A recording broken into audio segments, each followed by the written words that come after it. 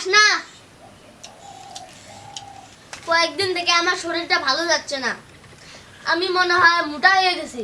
হ্যাঁ রাজামশাই, আপনি খুব মোটা হয়ে যাচ্ছেন। আমার খুব অসুবিধা হয়েছে, আমার চিকন হতে লাগবে। রাজা, আপনি চিকেন হবেন কেমন করে? আপনি যে সারাদিন খেয়ে থাকেন, ফলটা তো নামান। তুই আমাকে পেটুক বললি নাকি? এখনই কালাদণ্ডে মৃত্যু করে দেবো। তুই আমাকে পেটুক বললি নাকি? এখনই তোকে কালাদণ্ডে নিক্ষেপ করে দেবো। মন্ত্রী সাহেবকে ডাকো তো। জি মহারাজ। আদেশ করুন মহারাজ সাহেব, আমাকে ডেকেছেন নাকি? হ্যাঁ মন্ত্রী সাহেব, আমি তোমাকে ডেকেছি।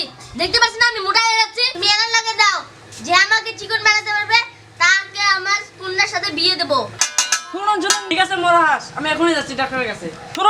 শুনুন গ্রামবাসীরা, এ রাজাকে চিকন করতে পারবে তার মেয়ের সাথে বিবাহ দেওয়া হবে। এই তো এবার আমি রাজার মেয়েকে বিয়ে করব। রাজামশাই, গ্রামের সব লোকে জানিয়ে দিয়েছি। ঠিক আছে, খুব ভালো করেছো। এখন আমার জন্য খাবার নিয়ে এসো। মন্ত্রী সাহেব, আমার জন্য খাবার নিয়ে এসো, আমার খুব জোরে খিদা পেয়েছে। রাজামশাই, এখানে খাবার আছে, খেয়ে নেন। রাজামশাই, আমি আপনাকে চিকিৎসা করব। তুমি এসেছো, খুব ভালো হয়েছে। যদি তুমি হ্যাঁ রাজামশাই, আমি এসেছি। তুমি তো এসেছো, নিয়ম নীতি জানো? হ্যাঁ মহারাজ, আমি সব নীতি নিয়ম জানি। আমি যদি আপনাকে চিকন বানাতে পারি তাহলে আপনার মেয়ের সাথে আমার বিবাহ দিবেন, আর যদি আপনাকে চিকন না বানাতে পারি তাহলে আমাকে কারাদণ্ডে নিক্ষেপ করবে।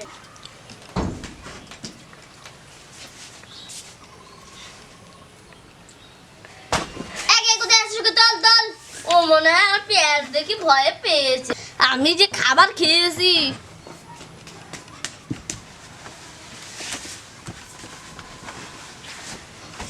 রাজামশাই, আমি আপনাকে চিকিৎসা করতে পারবো না, আমাকে ক্ষমা করে দেন। না না, তোর কোনো ক্ষমা নেই। ওকে কালা দণ্ডিত দে। ঠিক আছে মহারাজ। আমাকে ছেড়ে দাও, আমি বাড়ি যাবো, আমাকে ছেড়ে দাও। দুনিয়ায় কি এমন কোনো লোক নেই যে আমাকে চিকন করতে পারবে?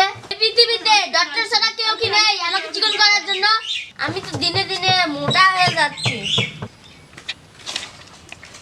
আমি ডাক্তার রাজামশাই, আমি আপনার প্রস্তাব শুনে আসলাম। আপনার নাকি খুব মোটা হওয়ার রোগ এসেছে। মহারাজ, আমি ডাক্তারও নয়, আমি কবিরাজও নয়, আমি একজন সাধারণ মানুষ।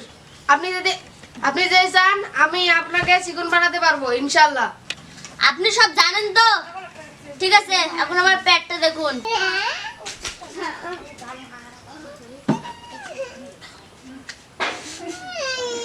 রাজামশাই, আমি যা দেখলাম আপনার তো 40 দিনের মধ্যে মৃত্যু হয়ে যাবে। কে রে আমাকে বলছে 40 দিন পরে মরবো? তুই জানিস আমি 40 দিন পরে মরবো? হ্যাঁ আমি জানি, আপনার 40 দিন পর মৃত্যু হবে। আর যদি আমি মরে যাই তাহলে তোকে আর যদি আমি 40 দিন পরে মরি, যদি আমার 40 দিন পরে মৃত্যু হয় তাহলে তোকে এই সিংহাসনে আমি তোকে বসতে দেবো। আর যদি না মরি তাহলে তোকে আমি মৃত্যুদণ্ড দেবো। তুই কি রাজি? হ্যাঁ আমি রাজি। মন্ত্রী সাহেব, ওকে নিজে কারাদণ্ডে বন্দি করে রাখো। ঠিক আছে মহারাজ। রাজামশাই, আপনার খাবার সময় হয়ে গেছে। এগুলো আমি খাবো না। 40 দিন পরে আমার মৃত্যু হবে আর তুমি খাবার নিয়ে এসেছো?